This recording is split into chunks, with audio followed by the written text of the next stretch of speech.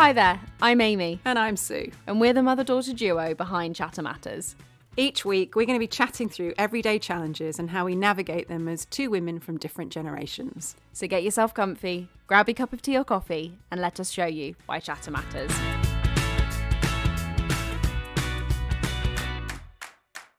Welcome back. Thank you, everyone, for joining us for yet another week. Another week, number 15. I like doing a little episode tot every week. I'm like, oh, it's episode 15 this week. Very nice. Well, we thoroughly enjoyed last episode 14. Episode 14. Which we had a real giggle on. We so did. If you want to see Amy and I in a slightly different way, Yes. then that's the episode to watch. But given that we were so giggly in the last one, we thought we might tackle a more sensitive Yes. subject. Go back to our sort of more serious topic roots, so to speak. We have range. We have range. It's what we love about us. we're women of multitudes. We can talk about alternative medicine and Reiki healing and all things the universe, and then the next week we can come down to something a bit more sensitive. So So we thought this week we might tackle the importance of chatting about body image.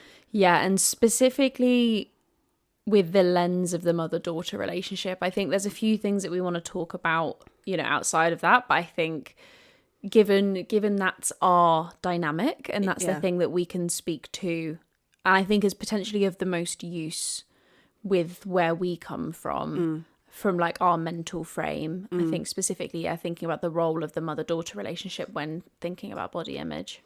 Yeah, and we're aware that it's quite a sensitive subject to dive into. So, of course, we're not experts in any of this. Yeah. What we're trying to do is model having an open conversation across generations, across the mother-daughter dynamic. And we also will talk about men as well. Yes. So if you're a male listening to this, we're not excluding you. We will also talk about this, similar and different issues around body for men. But I think, as you say, I think we're both coming at this as women, and I think the thing that we can speak most powerfully to is that woman female lens, and that mother-daughter lens as well. And I think I'm interested about us tackling this topic of conversation, because I think it's the one where you and I have historically. It's not an easy topic of conversation, I think, for you and I to have. I think because we have our own journeys with body image that sit behind it, which I think's probably where we should start. Yes. Do you want to kick us off? Yeah, go on then. I think body image is something that impacts everyone, right? I think anyone who says that they don't have a view about their body, the way it looks, whether they like it, whether they don't, I think is telling a bit of a porky. I think it's only natural, right? I think as humans, we compare ourselves to those that are around us. And I think that's kind of where I will start with me, is I have always, because I'm quite a sporty person, I've always surrounded myself by very sporty people. And I think on one hand, that's been really great because I've got to see some fantastically powerful, strong bodies. And so therefore I was encouraged to keep fit when I was little and have and fuel myself well. And I will always remember my netball coach when I was 12 years old completely disabusing us of the notion that you should eat less than 1,000 calories a day. She did this whole thing over the off season. I remember one year talking about we should be eating at least this many calories, and I remember at that time that was the first time someone had ever told me to at least hit a certain number of calories, so I think I was very lucky in the environments that I grew up in, that I think I've grown up with quite a healthy body image. That's not to say that it's something that I don't find difficult, because the flip side to being surrounded by lots of very sporty people means that I have a lot of friends and I play netball with and know a lot of people who have very desirable body types, and I don't always feel like I fit in with that. I think you and I we are hourglass women. So we just naturally on our bodies carry, and as women, we carry, just generally women carry more fat than men. But I think your and I's body type is one in which there is extra it is natural for us to carry a little extra fat. And so therefore, anyways, I'm slightly getting off topic, but so I think my starting point, because I think let's both do sort of starting points where we come from before we go into any deeper, is I think I feel like I've got a decent relationship with my body in the sense that I am, because it's always been what can my body do for me from a sport perspective. However, I think that has also formed, I think what I struggle with is what is normal, because I'm surrounded by a lot of quite sporty people, and so therefore my sense of what a normal body is a very idealized version of that. And so I think I can struggle comparing myself to others. Yeah. So let's do my come from place then. I mean, as a child growing up and in my 20s, as you are, I don't remember any pressure on needing to look a certain way or be a certain type. The body was even really talked about. I mean, there was a sexualizing of women, but not necessarily she's big, she's small, she's tall, she's the right body type, the wrong body type. I just don't remember that. And I think I've always been, I was 5'7" like you. I was very sporty. I always had very muscly legs. I do remember when I was probably about 13 or 14 when I first heard the boys used to talk about how fit my legs were. But I think that's because I had some muscle, whereas most girls that age didn't have, because I used to go horse riding as well. But other than that, I don't. I would think I was a standard size 12. I don't remember any pressure on that size 12 wasn't average, wasn't normal. And so that's a UK size 12, because I think that's a size 6 in the US. Right. Whereas now, watching social media, influencers that I follow, size 12 is, I'm a mid-size girly. I'm size 12 to 14. And I'm like, wow, that's now classed as mid-size, which, I find bizarre, very, and of course then a lot of the influencers that I follow, they're wearing lovely clothes and sorry, I've got a bit of a cold. They're wearing lovely clothes, and I then find out they're a size 6 and a size 8. So your bit about what's normal and what's not, it definitely feels like it's changed over my generation. That what's deemed as socially acceptable now is much smaller than it was when I was a child. And I don't believe I was under the same kind of pressure to look a certain way in what I hear either from you or your friends or watching TV or movies, or, it does feel like it's much more heightened now than it was in my generation. And I think, as with a lot of the topics that we've discussed, I think so much of that is to do with, the internet and social media, and that is fundamentally the major difference between our two childhoods, right? Is the role the internet played in it. And I think, I count my blessings that I was slightly too young to miss the influencer. I was just old enough, that's the better way around, to miss the full rise of the influencer in my childhood, because influencers only really became popular when I was like 16. So when you're at your most impressionable, thankfully I'd already gone through sort of my real worry years when you're going through puberty and your body's changing. Exactly. Whereas to think now, if I think about the amount of internet that I consume, if I was consuming that much and that idealized version of what a body should look like when I was 12 years old, I don't think I could sit here and say I would have the same relationship with my body now if I'd had a slightly different, if I'd grown up as a child in today's day and age. Yeah. And I think that I think, you know, I feel very lucky to have missed that. And yeah, so I think that's you know, talking about what's changed between your generation to my generation, I think there's another shift that we're watching right now that is you know, it's within the same generation. You know, like I'm at the older end of the Gen Z generation. There will be younger Gen Zs who will have grown up with influencers their entire teenage years. Yeah. And you know, and so I think there's a huge impact that has.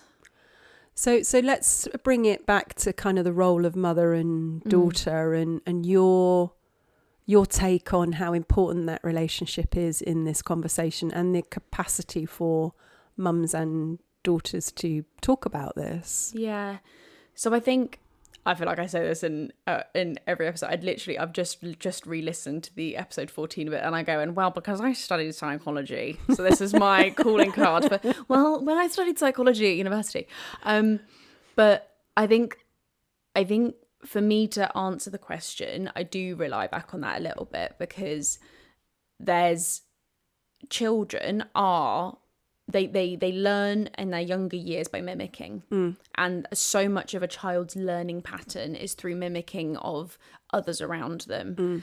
And I think that's why it's so important for me for us to focus on the mother-daughter relationship, because as a daughter, it is so much easier to see yourself in your mother from a body perspective than it is your father or your brother or whatever. And, you know, often, especially when there's a genetic, you know, when you've got a biological mother in the picture, you will quite often have very similar statures. So as a daughter, it's so easy to watch the way that your mother speaks about herself and speaks about her body, other women's bodies, you know, treats her body and internalize that as the way to do it. So I think and I'm speaking at an academic level before speaking about our experience. So I think that's why it's so important for me, because there's a parenting comes with so much responsibility. But I just think this is just one of those elements, specifically as a child goes through puberty and into those sort of impressionable teenage years as their body is changing and settling to become an adult. You know, that there is a real role specifically for mothers to play in the way that they visibly demonstrate a relationship with their own body as a way for their daughter to learn, and the importance of awareness of that.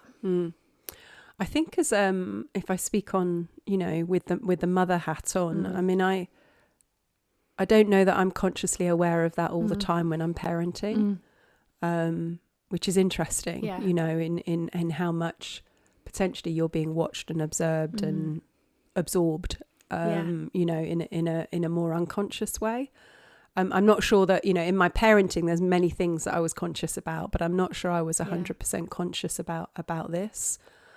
I think that links to what you were saying, is like it's not necessarily something that you grew up being conscious of. Yeah. You know, so I feel like this is so much more of a live conversation on how do you approach it in parenting, because it's so real for the younger generation now. So I don't think that this isn't me saying that was something you should have been conscious of. But I think that's just me now with the knowledge that I have of growing up in the way that I did. And with my psychology hat on as well, of just if I'm thinking forwards. So I think I just I think that's a good clarification. I think it's incredibly tricky as a parent to. So what's going through my head right now, and my thoughts aren't fully formed, is this balance between body positivity and encouraging your daughter, your son, to love their bodies in whatever shape or form it is. And then you have on the other side obesity and the whole epidemic around obesity, and within that, nutrition and how you feed. I mean, I think, you know, because I was working, your dad did the lion's share of the cooking, And I feel very blessed that he did that, because he was very good at always cooking homemade meals. You always had vegetables. You always had home cooked food. And I think for parenting now, that line between creating nutritious meals, encouraging your children to eat healthily, alongside body positivity, that if your child is not sporty and they start to become overweight, do you correct it? Do you, and in that correction, does it then stop them feeling positive about their bodies? I think the whole area is very tricky. Yeah, no, and I completely agree, because there's that, where do you draw the line between what is a healthy way to live versus protecting self-confidence and and the bit you were talking about as well is if you're watching your mother and your mother only eats carrots and celery and, is constantly talking about her weight, constantly making some sort of judgment about what you're eating and what you're not eating, that becomes quite loaded. Yeah, and I think so,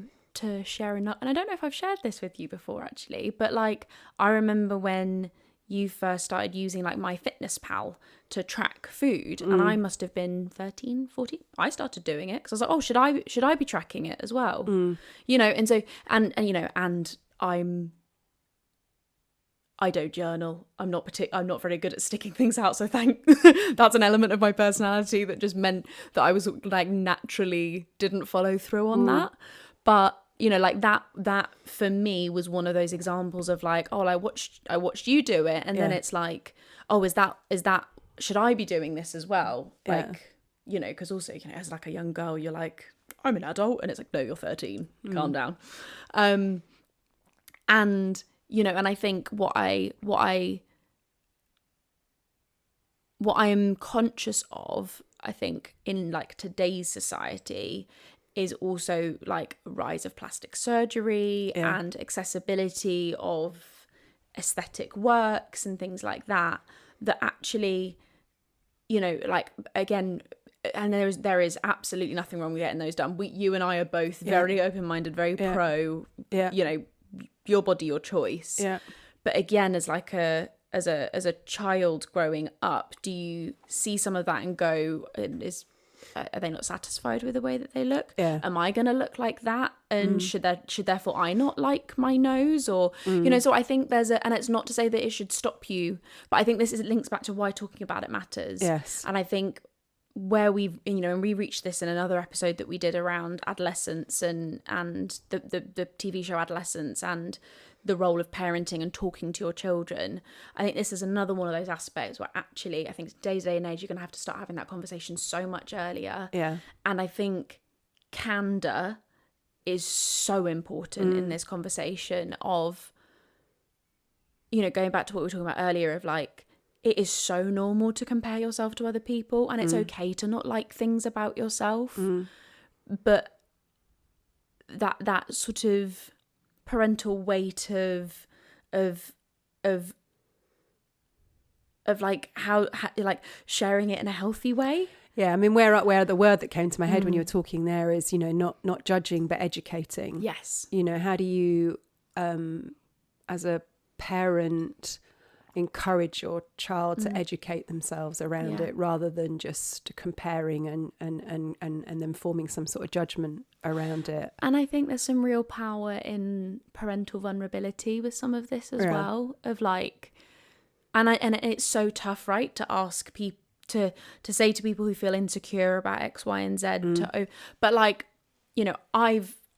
it's really helped me, I think, for you and I to have had some pretty honest conversations of I would like to lose some weight, or I don't really like this about myself. And actually, getting it out of your brain. Yeah. And again, in that, and we're incredibly lucky, right, that we have an environment that we feel safe. At least I certainly feel safe enough to talk about with you. And I think I would like to say that you feel safe enough with me as well. Yeah. That talking about it makes it feel a bit less shameful. That's where I went. I think it's it can be so in the shadows of a conversation. how many of you, you know, talk to your friends about it, you know, for fear of judgment, or you know, I might say to my friends, I'd like to lose some weight, but that's it. It stops at that level. I don't go into the place of embarrassment or where I feel shame over it. Because I do think it is a subject that can be hidden in the shadows. And then it gets its own momentum. Yeah. Because we're not talking about it. Well, yeah, because it's like, you know, it's like if you don't, it's, you know, that thing of when you were a little kid, right? Of like, oh my God, did I hear a creak? Oh my God, is it a monster under my bed? Oh my God, I'm terrified. You know, and like, it's like, and then actually like, you know, if the monster under the bed right now is body image, talking it is shining the flashlight under the bed and going, oh, there's nothing actually there. Yeah. You know, and it's that, it, you know, and this is one of the reasons why, like, talking therapy, and I'm not saying that everyone needs to go have talking therapy about their body, but that's one of the reasons why talking therapy is so effective, is because you get to just talk something through, and often you find once you externalize, it has a little less power over you. But and the other thing about talking about it is, you know, I know you and I over various stages when we've, you know, I've gone, right, I want to lose some weight, and, you know, and having the conversation around, okay, how can I help you? If that's what you would like to do, how do I help? And how do I support you in it rather than sabotage it or tell you that it's not worth it? Or, you know, so there's something about educating and supporting and encouraging and, you know, not allowing the conversation, I guess. Yeah. And I think something else that you and I do quite a good job of is like letting the other person in on why. Because that would be my other thing, which is like to go back to what you were talking about, like the healthy eating and you know, gaining weight or whatever it is. You know, they're you know, if I think about people that I know, there may be a medical reason as to why that's happening, and actually, you know, like talking about that will be really helpful, because it may be really unhelpful to talk to someone about, you know, because they've got diabetes or they're really struggling with X, Y, and Z. So I think there's something there as well of like, you know, if you, like, again, I think it's the modeling of like, I'm thinking this, you know, so you know what, shall I give an example? Like I feel, so I think filming this podcast has been quite a stretch for both of us at times, because there are times that I will look at it back and, you know, you go, oh my God, there's a double chin, and like, oh, I was sat a bit hunched and so you can see my rolls, you know, and it's and I'm like, I think I can get so in my head about these tiny little flaws that often people probably won't notice. Yeah. But like my biggest insecurity is often around my arms. And so I like having a cup of tea because I get to rest my hands like this and my arms get to be up and they get to look skinnier. You know, and there's nothing wrong with that, but it's something that makes me feel a little bit more comfortable. And I don't really know where I'm going with this. So I think what you were doing was actually modelling some vulnerability. Yeah. You know, and it has been vulnerable for both of us. You know, there are times when I'm saying to you, I don't like the way I'm looking. Yeah. I don't like the way the camera's there, you know. Yeah. And so I think, but we're so much more than just our bodies. And I'm imagining that people are listening to what we've got to say rather than critiquing us. Yes. And so how much does that hold us back from doing things that we love, doing things that we enjoy, because we're scared of putting ourselves out there for being judged. Yeah. And it's like that funny thing of like, what, like this fear of being perceived, you know, of like what if someone hears all of the dark, you know, things that go on in your own brain of like, oh, I don't like this, I don't like that, da da da da. And it's like, so much of that is built up in your own mind. Again, goes back to like that monster under the bed of like, again, to your point of like, people will hopefully care more about what we're saying than the way we look talking about it. But the fact that we're even worried about it. Yeah. Do you know, that for me is slightly sad in our society, that we're worried about what people are going to judge the way we look rather than actually the content of what we're having a conversation about. You also talked about, I think I'd love to just talk for a little bit about men. Obviously, we're not men. But again, what's shifted in my generation is I think that men are now generally more body conscious, are taking more care of themselves, which I love. You know, go get yourself a manicure and a pedicure, you know, buy your beard wax. You know, I love the fact that men are now investing in the way that they look and the way that they want to shape their bodies. I mean, I think men have always wanted to be muscular. Yeah. You know, that's been the archetype, or like if it's a slim woman, it's the muscly man. Yeah. Which I think is provider protector, isn't it? Kind of. Yeah, which I think for some men it's easy to do, and for others it's incredibly difficult to do. I mean, that's a really good point actually around genetics that we haven't touched on. That is true, irrespective of gender, is how much your genetics play into just the way you are shaped. Yeah, I mean, I can't, you know, I think dieting is hard enough, but if you're a man not able to put on muscle mass, I mean, that must be incredibly difficult, you know, if society deems that therefore to be sexually attractive, to attract a mate, you need to be muscly. So I think there's much more pressure on men and boys. I think I was talking to you and my son about, I come across the liver king. Yeah, who I'd never heard of before. You know, and he's again an internet social media sensation, and he was, you know, prescribing a way of life that would enable you to be muscly and all the rest of it. And I mean, his following with young boys was extraordinary. And then to find out that he was fake and he was actually injecting steroids, you know, it wasn't his life that he was selling to everybody else. He was synthetically, you know, adding to his muscle mass. And, you know, so again, I think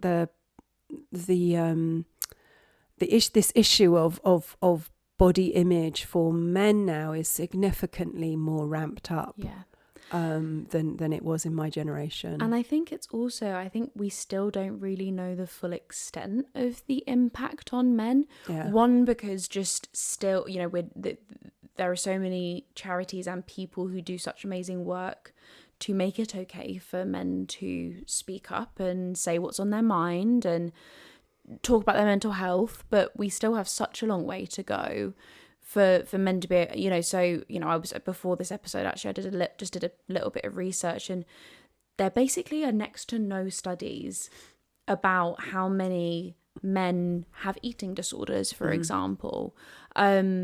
You know, I mean, there's preliminary evidence that like 1 in 4 people who have an eating disorder are men, which, you know,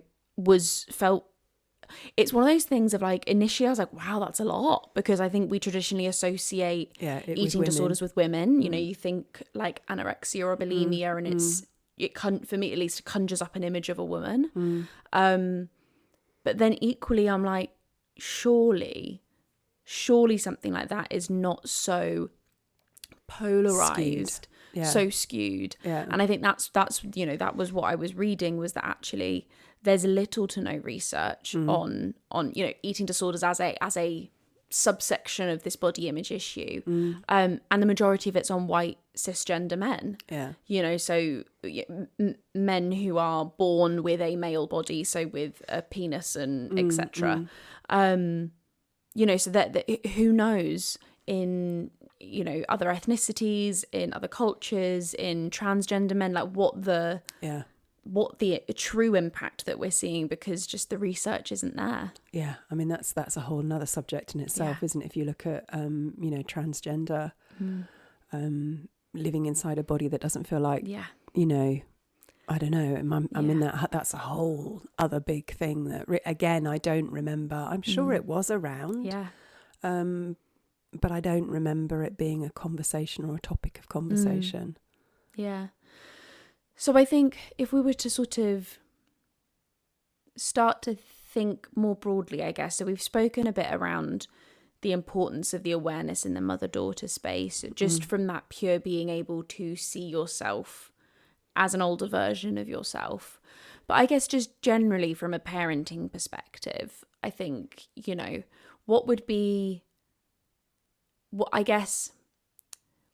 something that you feel like you would want to pass onwards? Or what would be something you would give, what advice would you give me if I was to be pregnant?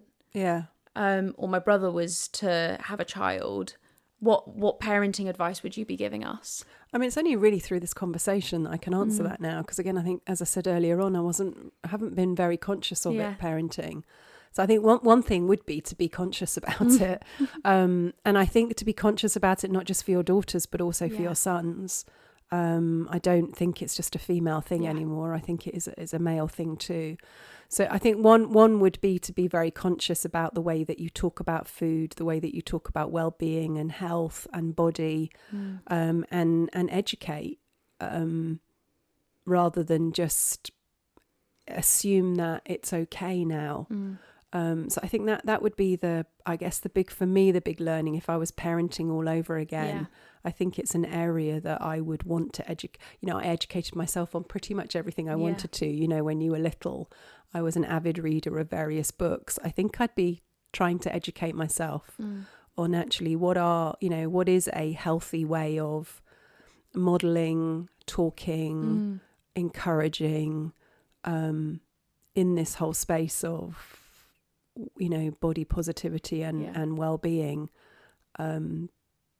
without that, without the everything goes, because then you get into the situation of the obesity bit, which is equally as upsetting. And when I look at the statistics on how many children are obese right now, and that for me, is a parenting thing. And of course, some people can't afford. Exactly. I was going to say that's one dimension to this, right? Which is can you afford to pay for cost of living? Exactly, fresh food and the rest of it. Which again, for me, is just somewhere within this that a McDonald's you can pick up for £1.50, but you can't buy groceries.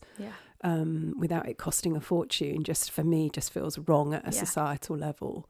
So I think that would be my main thing, would be actually to become conscious about this and to really think about how you parent it. And I guess when you say conscious, I'm assuming you mean sort of like being thoughtful. Yes. As opposed to being like self-conscious about it. Yes, sorry, yes. My conscious is I'm deliberately thinking about how I want to talk about this, how I want to role model it. I'm not sleepwalking my way through this bit of parenting. Yeah, I like that. I think that's nice. And for you, if you were, if like you were pregnant and, like for you now, how do you think you would? I think my favourite thing that I'm trying to practice is actually, I think I've spoken to you about this before, but is body apathy. Is, because I think we talk a lot about like self-love and like loving every bit of yourself and like, oh my God, I love these stretch marks because it means I've grown, and I love this, like I love my big arms because it means I can live, and I think actually like I think where I want to get to is just like, cool, it's my body. Yeah. Like as long as I'm happy, as long as I feel comfortable in lifting the things that I can lift without injuring myself, going for a run without injuring myself, that I feel desirable and comfortable in my own skin, I don't need to love everything about myself. I don't think, I mean, hey, all power to people who can love every inch of themselves. I don't think that's achievable for very many people, just because it's natural to, I think, to see things that aren't perfect. I'm never going to sit there and go, you know what, my knees, sexiest thing about me. Love them. Absolutely love them. I don't feel anything about my knees. And I would love to not feel anything about my little pooch. Or my the little flappy littly bits on the inside of your arms. And it's like, so body apathy, I think is, or just like body comfort.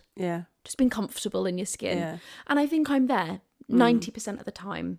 And it's okay not to be there 100% of the time. I think that would be what I would be wanting to model, is that I don't think body image is a static thing. And I think it's a muscle that we use, and it's a muscle that we can train as well, of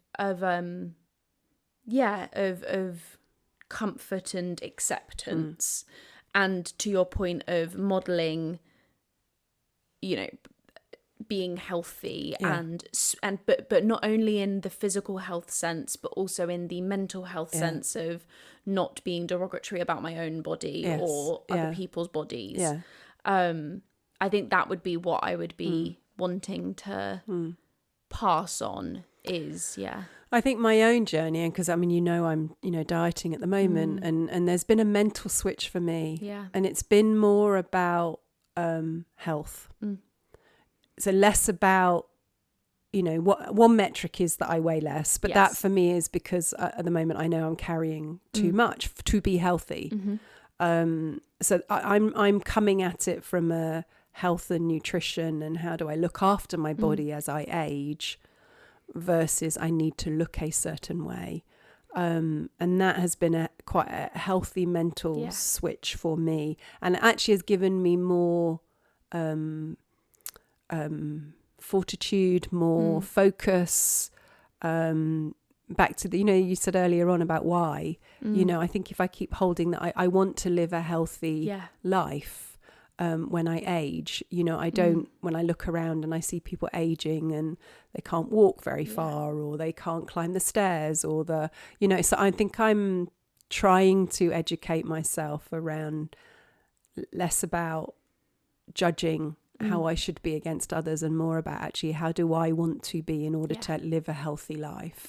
And I would agree. I think that has been a big shift for you, I think. Because I remember the thing that you and I have always disagreed on is using weight as a metric. Yeah. And, and I think, again, for me, that comes from the being in sort of sporty environments my entire life. I've always been quite a muscly person, so therefore I'm taller. Yeah. So I'm always going to weigh more than sort of petite people that are next to me. So I think you and I have always slightly disagreed on the use of weight as a metric. And, and to your point, it's not to say it's not a helpful metric, but when used in the right frame. Yeah.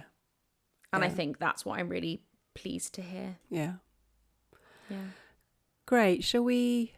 I think wrap up. I think we've shared what our takeaways would be going forward. I guess as our final thought, if you were someone who wanted to talk about body image with their family, how would you start that conversation?